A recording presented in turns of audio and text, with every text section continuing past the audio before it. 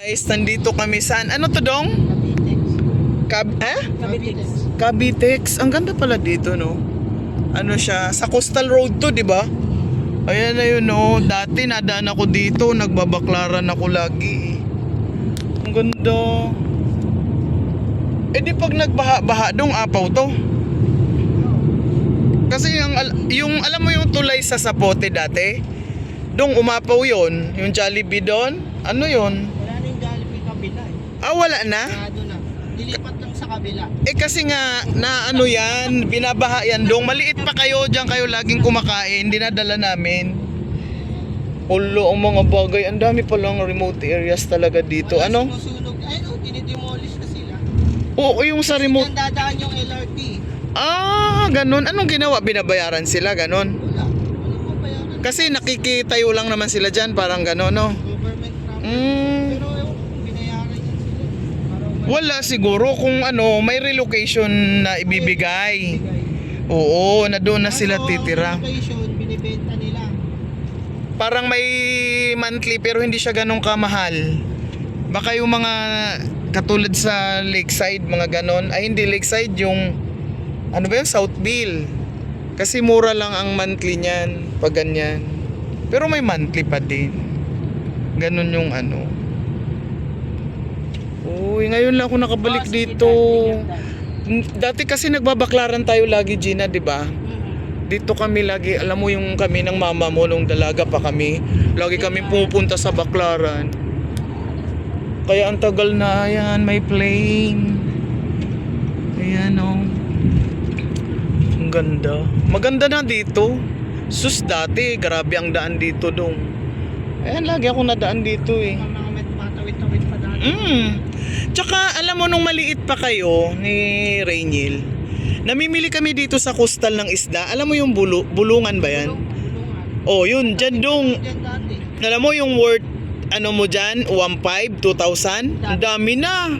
Pang isang linggo namin yun kasi si Lisel nasa bahay eh. Dati, dito kami bumibili dong ng mga ano, mura talaga. Tapos yung rep namin, may mga naka-label yan kung ano yung lulutuin for sa ganitong araw. Kasi iba-iba ang mabibili mo dyan. May pusit, may galunggong, may malaking isda, may, basta madami. Di ba nagtinda nga ako ng isda sa paliparan sa ano? Sagana kami sa ganyan. Tsaka kung gusto nyo pumunta ng Pasig, yan ka na lang dadaan. Oh, Si anong Five. C5 ang mabilis, di ba? O, munti ka nang lumagpas. Ayan. Bakit dito? Papaload nga tayo. Oo, wala nga siyang ano eh. Kasi kailangan kasi doon eh. Ano yan paano mo pa register gano'n, no? Naka-register na. Ah, naka-register na ba? Kaya gano'n. Oh, buti may loading sila. Kasi minsan doon sa south, mayroon talaga silang station na papasok pa kung wala sa mga ganito. Ay, sa 7-Eleven na pwede ah. Okay na po dito. Tatagal ka pa, no? Ang galing. Diyan doon ako bilib kay Raisa eh. Nung napaligaw kami sa Calax na wala kaming RF nung panahong yun eh. Sabi ni Raisa, Ma, wala tayong RF. Sabi ko, tabi ka lang. Meron yan dyan. Magpalagay ka. Ano pa, email pa. Mga registration pa, ganyan. Buti mabilis naman siya. Yun, palagyan namin ng RF. Laking bagay din. Pag pumunta ka kasing norte eh. Wala kaming ano, amin pang south lang eh.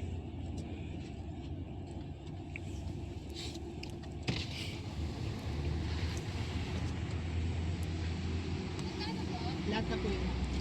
High-tech na ngayon.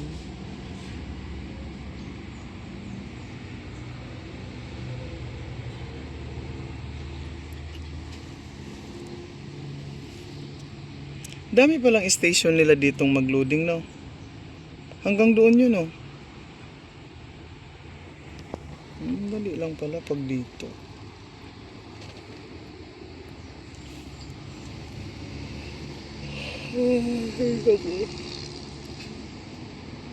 Mamapasa na po agad to, ma'am.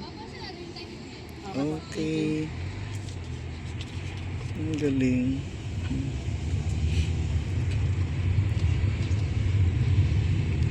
Maganda yan kasi hindi ka mahihirapan yung pila-pila. Tsaka ano pa. Tagal pag sa cash din. Mm-mm. Ayun mo nga pa na pila. Okay.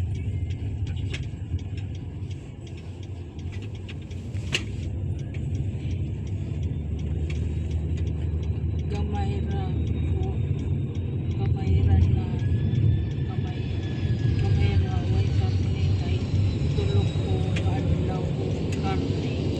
Bawal man na, mga inaana. Di ay mga bata. Diri bisita. Puro karne. Kaon bakahas. Emerson. Pinupring isda. Oo, marugod. Sirado. Mangkot. Tukstuko. Diri Adyo nam kapalit og mga inana kay bawal na nato. Sabihin mo malunggay lang ilagay. Laki probinsya to ka. Oo, ikaw dong, kakain ka ba ng malunggay dong? Kahit ano. Naka-vlog ra ba ta? Oh. Nasa may babuo. recorded. Recorded. Ay nako. Huwag ka nang mag-abala. Sabi ko, hindi namin kailangan ng ganyan. Kasi ang bagay talaga sa atin malunggay lang. Hindi mo kailangan maglagay ng mga ano. Buti nga sa Emerson hindi ko yung ano sa pagkaon ba? Masama kasi yung ano, lagi karne. Yung kaanohan ng pagkain na mga frozen foods, Oo. mga ganyan. Hindi maganda yan, frozen na yan. Alam mo ba, kaya sabihin ko to sa inyo, bata pa lang ako, yung papa ko ang daming sakit. High blood, sakit sa puso, ulcer, kidney, ano ba yan? Sa heart, meron. Madami siyang ano. Alam mong kinakain ng papa ko? Monday to Friday, isda at saka gulay. Tapos yung kanin niya may halong bigas na giniling na ano, yung mais.